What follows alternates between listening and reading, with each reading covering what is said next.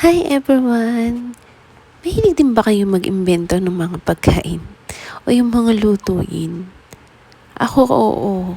Kasi may time na iniisip ko kung ano ba iluluto ko kasi wala naman akong maisip na recipe kasi gawa nga yung mga ingredients ko sa bahay kulang-kulang. Kaya nag-iimbento lang din ako. So, ayan. Nag-imbento lang din ako nung pwede kong iluto. Nakakita kasi ako ng carrots, cabbage, potato, dun sa ref. Tapos, meron din ako isang sayote. So, hindi ko alam kung anong gagawin. So, kaya, imbento lang ako.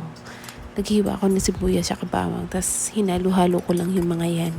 Pinagsama-sama ko. Nilagyan ko lang din ng itlog at saka breadcrumbs. Tapos, salt and pepper lang din. Then, parang impis na ipiprito ko to, pinagsama-sama ko lang siya. So, nung naluto, okay naman pala yung lasa. Ayan, breadcrumbs yung nilagay ko dyan. So, try nyo din minsan. Alam mo yung pag minsan naiinip ka, nagugutom ka, wala kang makain. Ang sarap lang din makaisip ng ano ba ang masarap. Tapos pag nag-success yung ginagawa mo, yung niluto mo, masarap naman pala. Nakakatuwa din sa pakaramdam, no? Pero hindi ko alam kung ano tawag dyan. So, inimbento ko lang din. Kaya minsan, try nyo din magluto-luto. Pero syempre, isipin nyo muna yung masarap pa kaya kalalabasan niya. Yung pag mix-mix mo.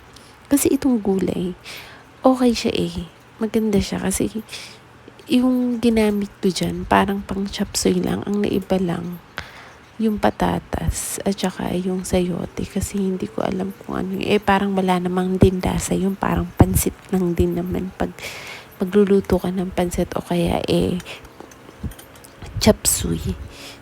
Okay naman, di ba, yung sayote, carrots, tsaka yung cabbage. Ang naiba lang naman yung patatas. Yung patatas wala din naman kasi siyang lasa. Kaya parang sumama lang din siya dun sa mga gulay na yun. Basta,